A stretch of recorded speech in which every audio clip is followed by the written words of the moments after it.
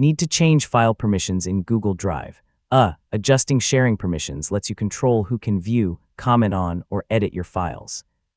Whether you're collaborating with others or protecting sensitive documents, it's important to choose the right access level. In this guide, I'll show you how to change Google Drive file permissions step by step. Let's get started. First, open your web browser and go to Google Drive. Sign in with your Google account if you haven't already.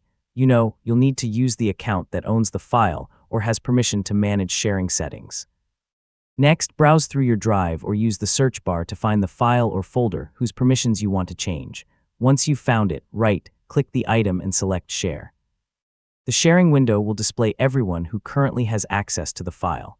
You can manage individual users or adjust the general access settings for anyone with the link. Now choose the permission level you want for each person. You can set them as viewer, commenter, or editor.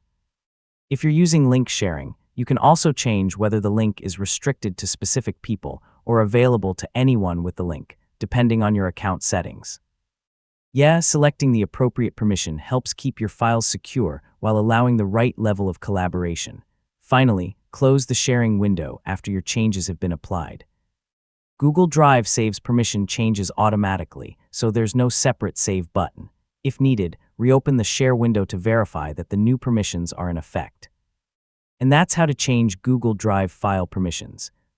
Regularly reviewing your sharing settings helps protect your files while making collaboration simple and secure. Thanks for watching, and I'll see you in the next tutorial.